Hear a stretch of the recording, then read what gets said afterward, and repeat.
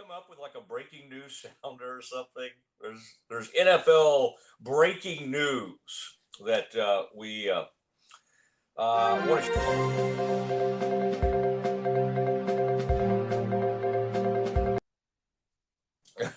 I like it. I like the abrupt ending to it as well, and I think it's better than I think at one point Scotty was just doing his own um, sounds. He is good at impressions, but it was good to get something official like that. What'd you do Da that one? da da da. Beep beep beep beep beep beep beep beep beep beep beep beep beep.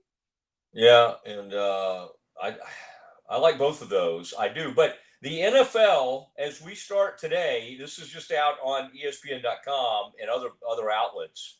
Um, if you thought you saw Tom Brady in the coach's booth with the Raiders last night, boy, it didn't help much, did it?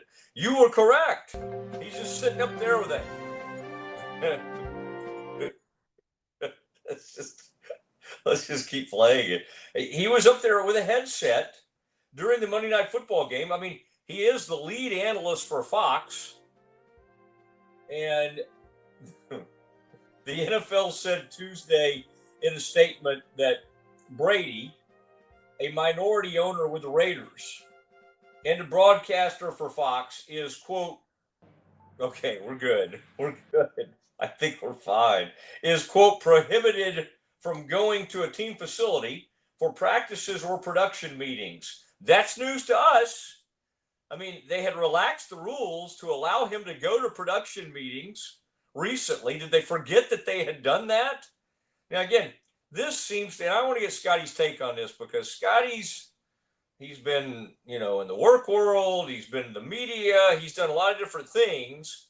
And so I think the typical fan does not have this huge, like, oh my gosh, this is awful. He's the broadcaster, but he's also allowed to be in the coach's box with the Raiders. Scotty, here's the deal. I think it's all like a bad look.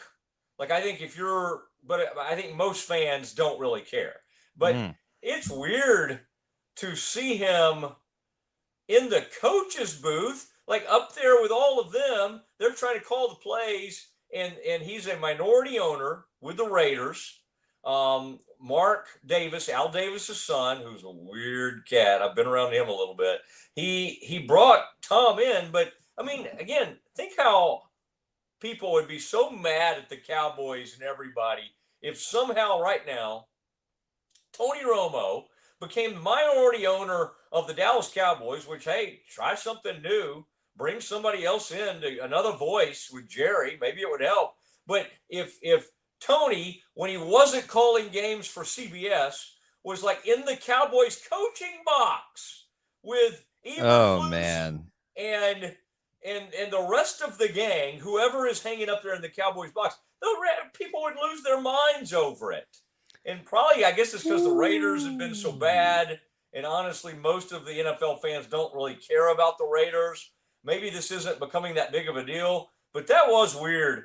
I mean, Scotty, if you stayed up last night, which you had to be up late, the game didn't start till 10:15 Eastern time, 9:15 Central time. It'll be like the Big 12 and use only Eastern time for no apparent reason now. But 9:15, and that game was still going on at midnight, and there's Tom Brady on a Monday night after calling a game on a Sunday, and he's in the coach's box. I mean, again, I don't know if it's the biggest deal in the world, but Scotty, this is a weird look. It's a very weird look. It's not something we've ever seen before. We've never had, I mean, think about all the analysts we've seen over the time. Romo, Phil Simms, John Madden, who was a coach, by the way, and somebody could have brought him in as a minority owner. All the greats. Overall, Chris Collinsworth, throw them all out. The thought of seeing them in a booth during a game is just kind of like, it doesn't happen. And it's a bad look for the NFL. And yet, because it's Brady, the NFL is going to back down and go do what it's nothing. There's no violation. It's totally fine for him to do this. Scotty, did you find yourself watching the Monday Night Football last night and thinking that was a little odd to see one Tom Brady up there in the coach's booth? I did. And yet, I'm going to tell you something, Matt Moseley. If the NFL is going to be hands off, the Raiders should absolutely have him in the coaching booth. He should absolutely be in there. He should absolutely have input on that offense and what Chip Kelly's doing. I mean, this is where the NFL has to make a decision now. And if the NFL is going to play hands off, why wouldn't you? In fact, just a second ago, you picked the wrong example, because I don't know that we've known each other long enough for you to know how much I love, adore, and wish Tony Romo was still my quarterback. I'm kind of mad Tony Romo's not doing this for the Dallas Cowboys. I almost wish he was. I almost wish he was. And I'm sure you could go back and find some tweets from 3 or 4 years ago where I was saying he should just quit broadcasting and be ROC. So you were that guy saying that. I didn't really know you as well back then. Okay. Absolutely.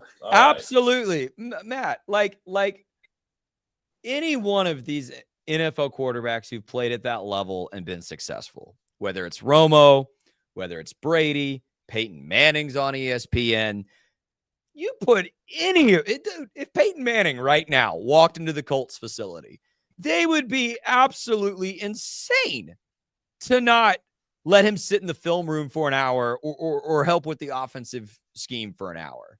They would be crazy to not let him do that. Okay. That's interesting, because you use Romo.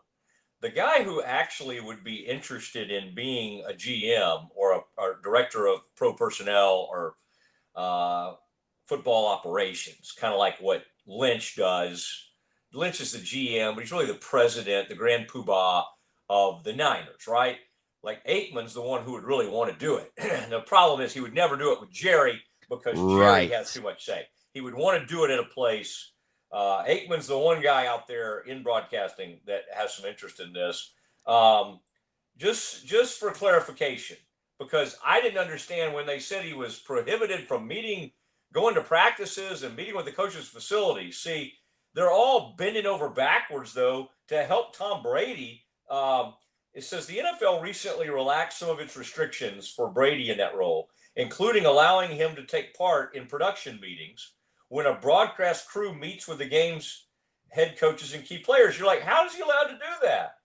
He must take part in those meetings remotely, and he isn't allowed to attend practices at team facilities. So he's in town probably already, Scotty, but he's on Teams or a Zoom call or whatever we use, StreamYard. This is, the silliest thing in the world. This is not allowed. We don't like the appearance of propriety, except we'll allow him to get on Zoom with these meetings. Now, is he learning? Coming up soon, he's doing a game and meeting with people, like I think who the Raiders are playing against or something like that. It's so bad and it's so ham-handed. And you raise a good point. It's like, if you're the Raiders, would you rather have your weirdo Al Davis?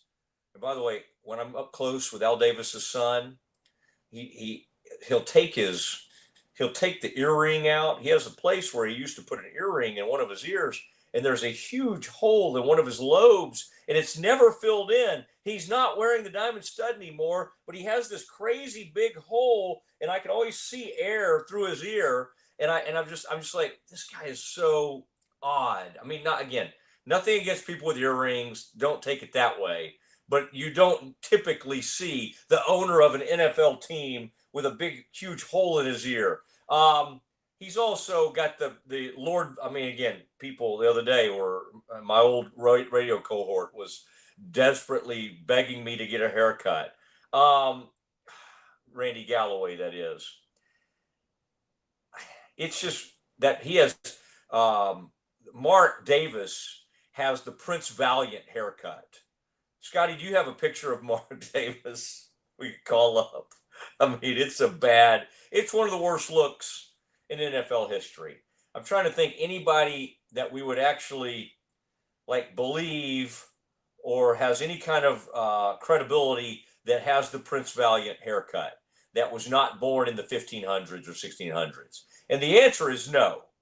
Like, I'm just trying to think of anybody we know with a Prince Valiant haircut that we could actually say it's a respectable person. And I think we'd have to say no, that is not the case. So, wow, this is an interesting deal that has taken place, and the NFL is just further evidence.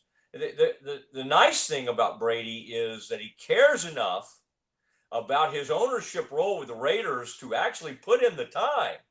Now, I don't know how he's doing that and being prepared as he needs to be. I think he's making a mockery out of the broadcast group, because the truth is Romo, Nance,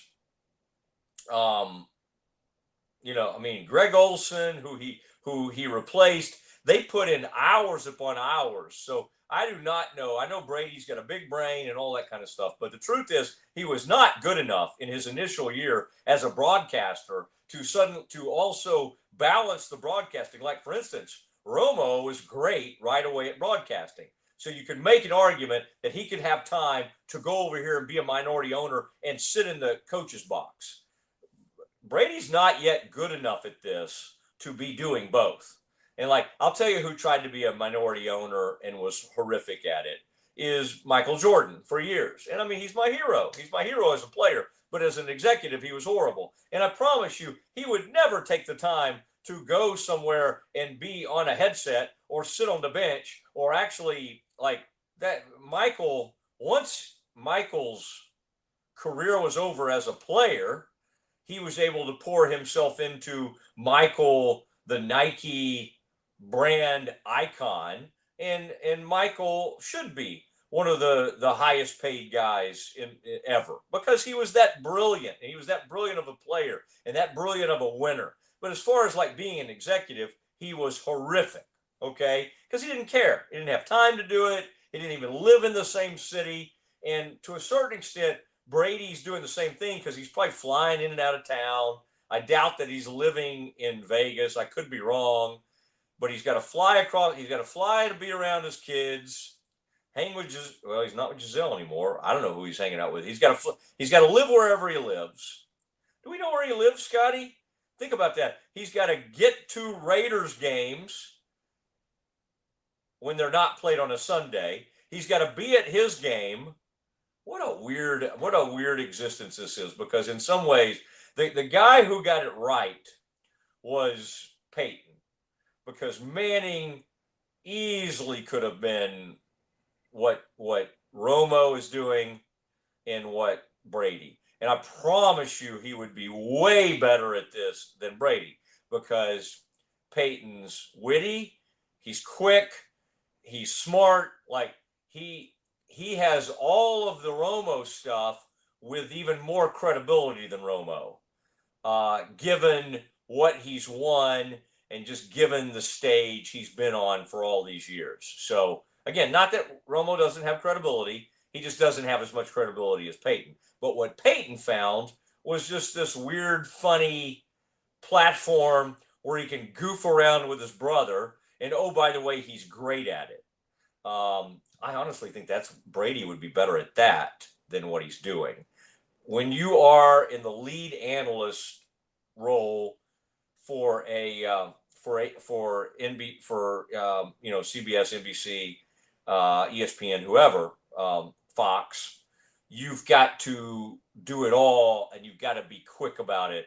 And there are only a few people who know how to pull that off, and some of them are way better than others. It's like Moose is fine at it, but there's a reason Moose Johnston, I'm talking about Daryl Moose Johnston from the Cowboys, there's a reason he's never really moved up over the years. He's just good at what he is, like being the third or fourth best guy at Fox. He's fine, but he's not great. But he's not, and Brady's not there yet, by the way. Brady needs more time. All right, it is.